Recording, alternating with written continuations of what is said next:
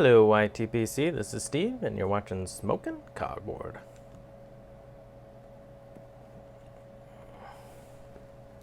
Smoking some GLP's Odyssey.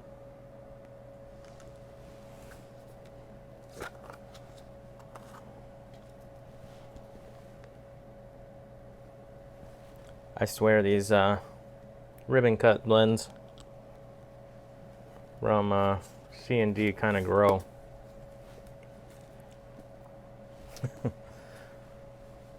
I can usually get like 25 smokes out of one of these 2-ounce tins. So I've said it before, I'll say it again. If you're on a budget, don't get flakes. You get less smokes out of flake. But I love flakes. In fact, it's pretty much all I smoke besides English blends, which I prefer ribbon cuts there.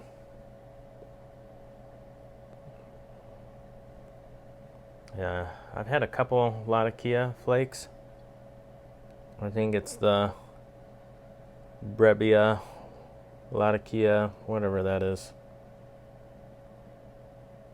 6 or something, number 6. And then I've had Germain Special Latakia flake. And then several different crumble cakes.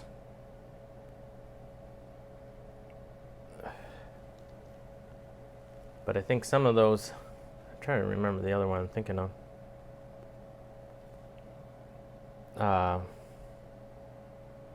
Even the Latakia that's like in Bob's Chocolate Flake or some blends like that. The Latakia just comes off as sweeter to me. One of the things that I like about, I never said which pipe. It's this Stanwell Billiard that Philip gave me, giving it its first test run. I decided this bowl is so big that I probably wouldn't want to smoke flakes as much in it. Yeah, I don't have that many Latakia pipes. I only have 2 that are devoted to, well, 3 I guess. So I thought maybe I'd smoke Latakia in this one, but being a first smoke, it's not doomed to Latakia.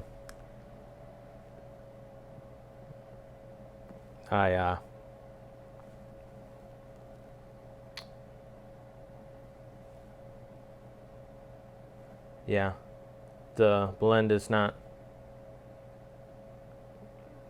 as easy to taste in a unseasoned pipe. And by that I mean a pipe that's got a cake going of whatever you smoke in it.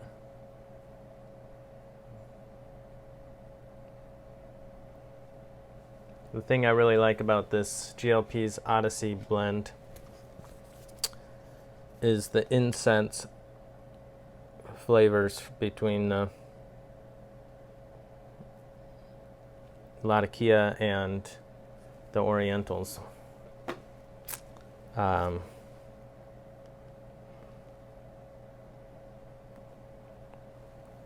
I like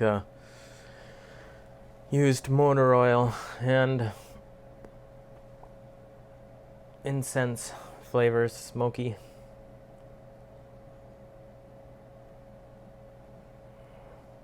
So, anyway, I really enjoyed reading everyone's comments from last week's video. You guys were all very encouraging, many of you offering great advice. Appreciate that.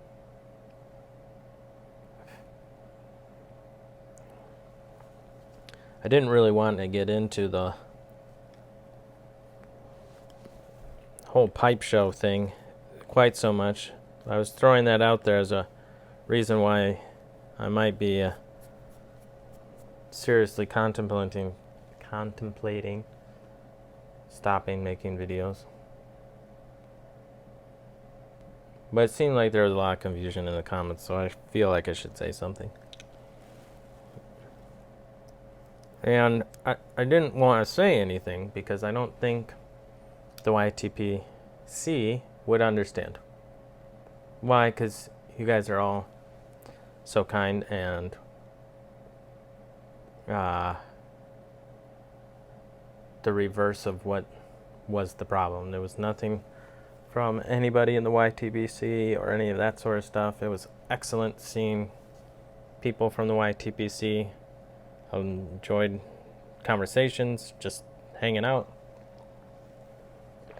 That was all fantastic.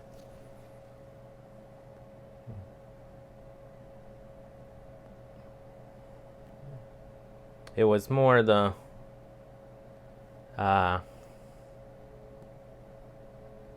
feeling like I was a poser of sorts. There's all these pipe carvers with these fancy pipes, but I didn't know any of them, and I knew none of them had any filtered pipes.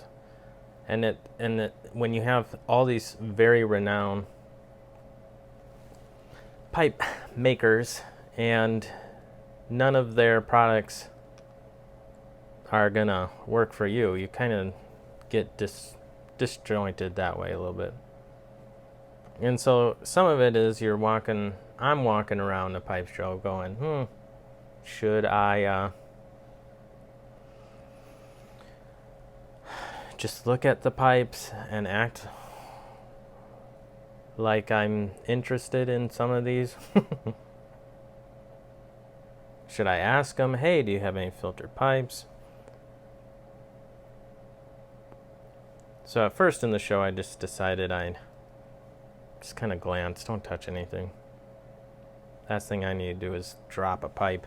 I'm very good at that. But then, towards the end of the show, I got a little bit more brave, I guess. I'd start to ask pipe covers, hey, oh, yeah, I like your pipes. Do you have any filtered ones? And then it would just be like, no. And pretty much, why would you ask that sort of question? And just hearing conversations about other pipe smokers talk about filtered pipers, like how if it's from the Netherlands, that's understandable, and everybody else, it's just not really, you can't really trust someone that smokes filters. If you commission a pipe from them, they're probably going to be way more trouble than a non-filtered pipe smoker. And then people talking about YouTube and how, everyone gives all this bad advice, and I could see how all my advice is filtered. I did not mean to be play on words there, but it's through my whole smoking experiences through filtered. And if that's not the right way to smoke a pipe, what's the point of me smoking a pipe? And then if smoking a pipe for me, if to do it the right way needs to be through a filter or non-filter, but I get so much irritation through it that I would just not smoke a pipe. Then it left me thinking, well, the only response that I could respond to the pipe makers when they would go, why do you smoke filters? It's like, well, my body doesn't really like the smoke so much, and filters allow me to smoke. And then it's all, well, then why the heck do I smoke a pipe anyway? Why am I trying to do this thing that obviously my body and the industry doesn't agree with?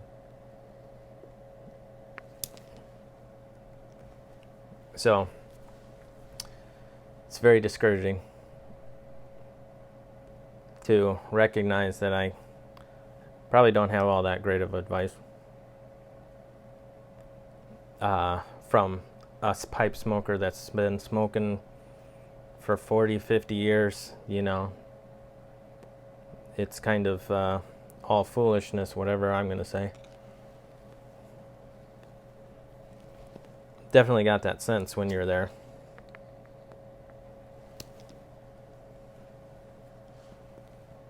I don't know.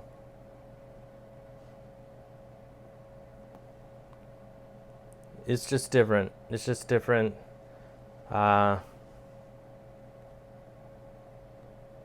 Entering the lifestyle sort of people with pipes.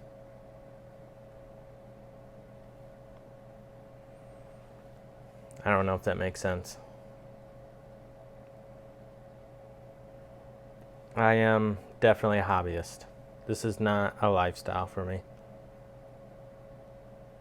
And I think it's hard, hobbyists and lifestyle people kind of understanding each other.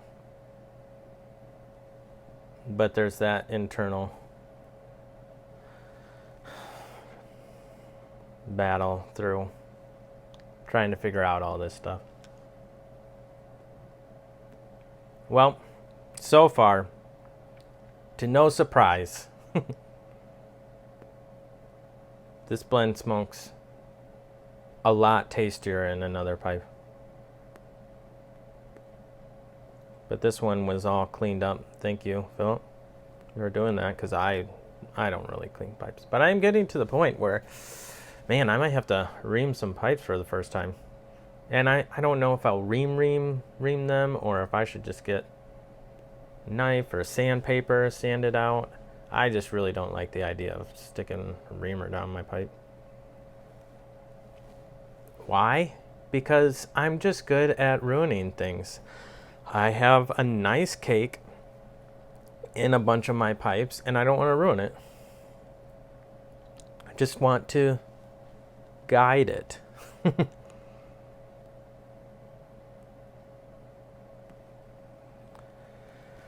Then I was looking at number of blends that I have smoked, because people are kind of, there's some different opinions that I have greatly appreciated about doing some kind of like top blends of the year type thing. And it seemed like top 5 blends of the year was most common. So I was trying to look at what I smoked this year and try to pick out maybe 5 blends, and whew, that was proving to be difficult. Very difficult.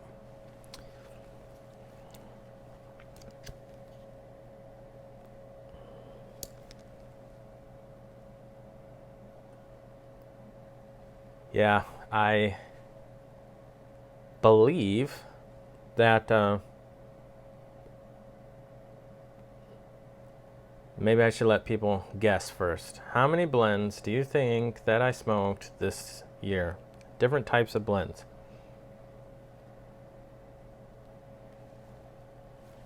It's always way more than I would think that it would be. I guess that's a clue. All right, you have a number? Well, the answer is 81. I have smoked 81 different blends this year. At least that I've logged. I might have smoked some stuff that I haven't logged too. I kind of log my smokes like once a week, and I'm not a very good remember of things, so some of that stuff can get a little sketchy if it's accurate. So I was trying to look through those blends and trying to whittle it to 5. It's really tough. Because do I pick it as 5 as the 5 best? Or do I try to pick it from well, if I could only keep 5 of these 81, which were the 5 would I keep? That's 2 different things. We'll see. I'll figure it out. I'm not doing it in this video. Obviously, the title had nothing to do with that. That would have been a curveball. Oh, I also got some stats on my channel. Still think it's funny that the #1 video of my channel is still the perfect pipe smoker's wife. Everybody enjoys that. YouTube promotes it. It's nice and short. People watch it.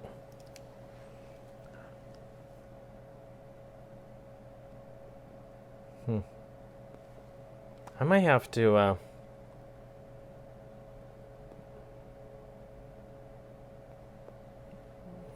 switch pipes here. There's nothing wrong with this pipe, I'm sure, but I'm really missing some flavors that I wish I was tasting. And this blend is really great. I don't think it'll make the top 5 though. It's good blend though. Anywho, I don't really have too much to say. I did stay up late playing board games. I have some board games are weird, all right? It's like this quasi world of play and work. Anybody who says, hey, you like board games, that doesn't, do the whole board game thing, it just sounds ridiculous, It sounds like a kid's thing. And I think part of it's because people would have a completely hard time imagining that, what that even means. But if someone were to say, hey, I'm really into chess, they would get it, Oh, okay, you're into chess, I understand. People play tournaments, and I saw the Queen's Gambit TV show or something. Like, yeah, it's a serious game. There's obviously a lot of people like you. Well, the board games I play is not like chess. I don't play just one game over and over and try to master it and memorize moves and build strategies. No, I just I like a little bit more of the wing it experience the game.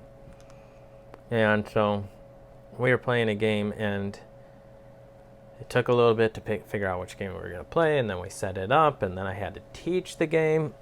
And I hadn't played this game for like 6 months, so a lot of it I am going off of memory, which my memory's not good, so it just takes a little bit longer than if I had it all polished down. So we don't start playing until like 8:30, and then it's a long game. The box says 40 minutes per person, and it's all our first play, so it's going to take longer than that. So it ended up taking like 3 hours for us to play that game.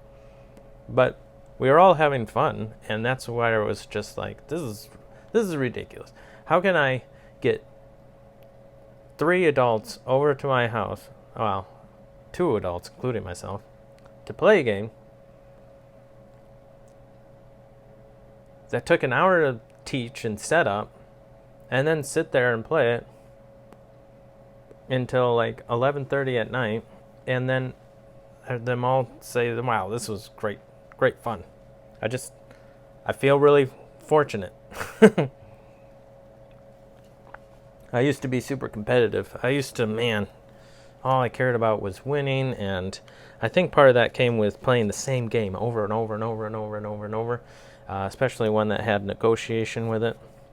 One you guys might be a little bit more familiar with Settlers of Catan. That game had an element of trade, And I would just try to guilt people into trading with me or not stealing cards from me. And, it was all about winning. It was almost like creating a persona of intensity so that people would just not want to negatively impact you because of the way that you acted.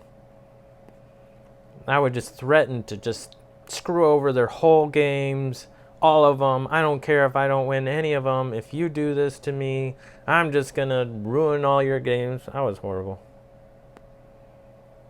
I much more see the advantage to playing with other players that are having fun now that I seem to lack at that point in time.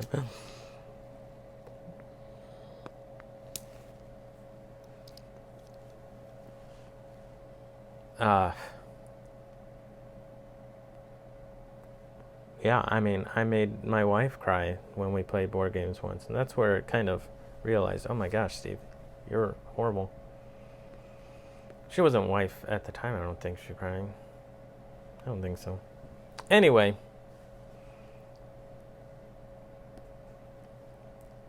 I guess as we age, we can more clearly see some of our flaws and improve on them.